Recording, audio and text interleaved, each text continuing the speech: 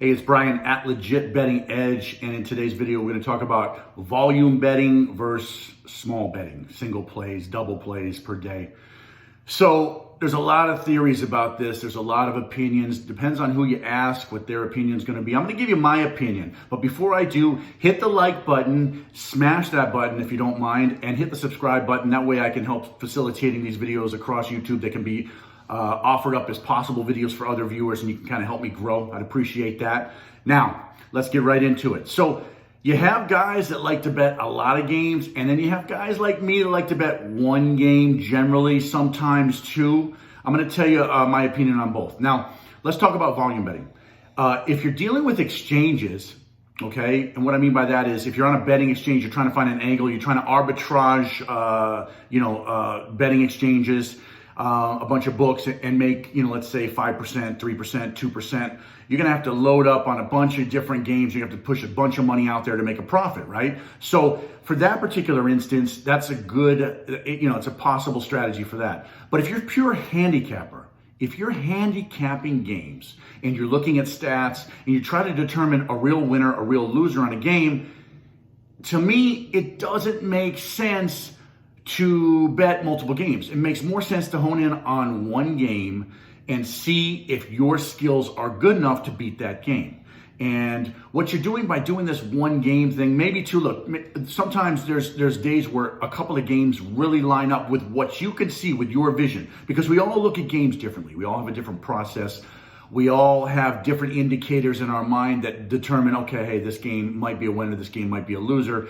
Not everybody looks at games the same way. And so when you have this process in your head, you're not able to see winners on every game. You're just not able to. It's just not possible. So for you to throw out a guess just to have an extra play, that's just not, that's a losing strategy. Let's be honest. Okay. So now I know there's some guys, friends of mine actually, that specialize in certain sports. Okay. Some guys are really good in college basketball. Some guys really good in college football.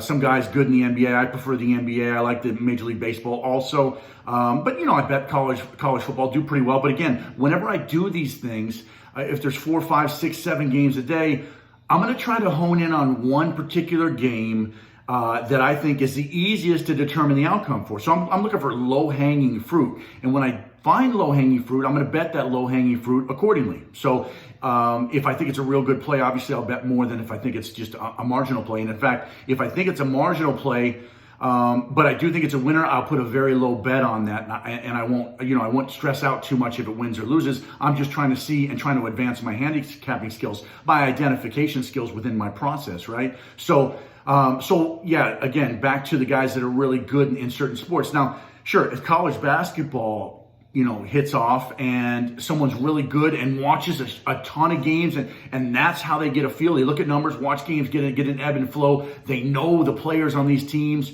They know when they can see when a team is on a downtrend or an uptrend. Then it makes sense to do a little more. I don't particularly do that because I don't have 7 TVs. I don't watch a lot of games. I'm not a big time watcher. I'm a number guy. But I will watch highlights, as I told you in the previous video. I will look inside. I'll go to ESPN. Look, I don't like ESPN very much, but I will go in there and check out the stats, check out the play-by-play. They are good for that. I'll look at covers for some numbers. I'll generally go in and take a look at things so that I can identify what happened in that game. Sometimes I'll look at a trend or two and I'll try to put it all together as a summary for the next play. But my biggest component when I'm looking is numbers. So if I'm straining my eyes to look at numbers and I'm trying to determine a winner, I don't have a ton of endurance to look at 6, 7, 8, 9 games, right? To find 4 or 5 winners that I'm going to bet on.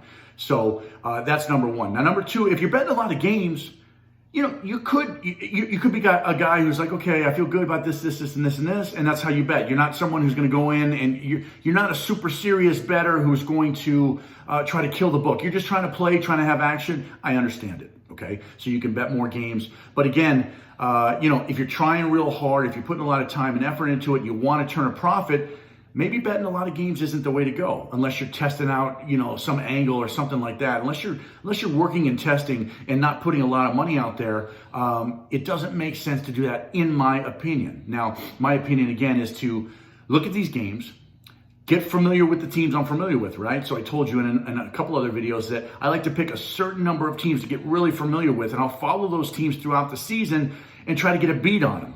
And when I know when they're down low, and I know when they're coming up, and I know where they're going to play, and I know when they've peaked and they're coming down again. You can see patterns with these teams if you're watching them game after game after game after game. So that's what I like to do. Now, if you're doing volume betting and you go 6-0 one day, the problem with that is just human nature, you tend to feel like, oh, I got a huge grasp on this. And then you don't look as close because, hey, it is 6 games to look at. You do want to play 6 games the next day because you just crushed the 6 games that day. You may glaze over or gloss over some statistics, some numbers, think you got it covered, and then you get your ass kicked the next day. I've seen that happen more times than not. In fact, it's happened to me when I bet, let's say I have bet 3 games in a day. I'll bet another 2 or 3 games the next day, and I'll get swept. I'll get beat up. So it happens. What I like to do is mitigate the losses, because here's the deal with when you bet multiple games also. Here's another downside. These things are just flying in my head as I go. If you go 0-3 on a day where you have 3 plays and you got a couple of late games going, you might be tempted to go back in and bet another one. Your emotions get all jacked up and you could be emotionally out of control. You want to try to get all your losings back that night. You go on a late game, you hammer, you double, you triple down, whatever you do, and that game loses too. Now you're on a bad losing streak and your confidence is shaken. So you don't want to do that to yourself if you're trying to handicap and win games. What I like to do is I'll put the play out. It's my best play. Yes, there's times where I look at a play. I think it's my best play. I put it out. Later on, I'm glancing at something else because I do it all day long, just in and out all day looking at numbers. And I'll see another winner and I'll be like, this game's a little stronger than the other game. And in that small instance, I'll put in another play. Now, on these things, here's the beauty of it. If I lose this one game today that I felt really good about, it's going to make me mad. It's going to upset me. It's going to annoy me. I'm not going to chalk it up and say, shit. I felt good about that game. I put a bet on that game. I put my money on that game. I put my hard-earned cash on that game. I don't want to lose.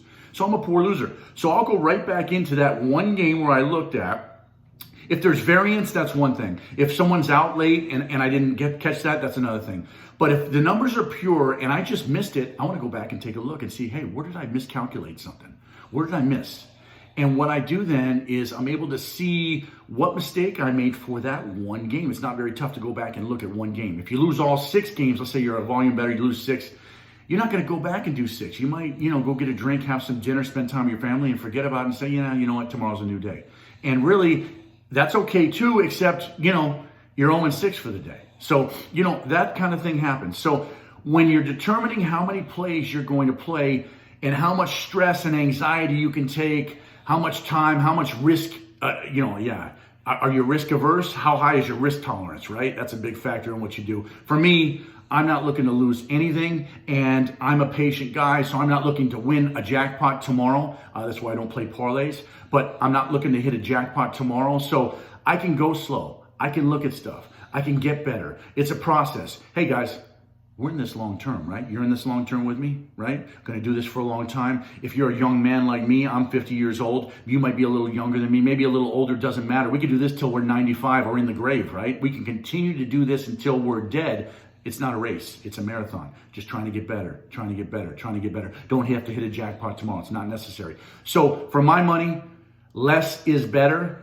A lot of guys like volume, but that's not my style. That's my take on this. What's your take? What do you think? You like to play more games? What's your reason for playing more games? Let me know. How much experience do you have? What's your best sport? And in your best sport, do you really like to run it up and crush it during a season? You like to play in basketball if there's 5 games, 12 games a day? Do you play the majority of them? Is every game bettable in your book? Let me know in the comments below. Like the video, subscribe to my channel. I appreciate you watching. Next time we'll talk about something else. I appreciate it. Bye-bye.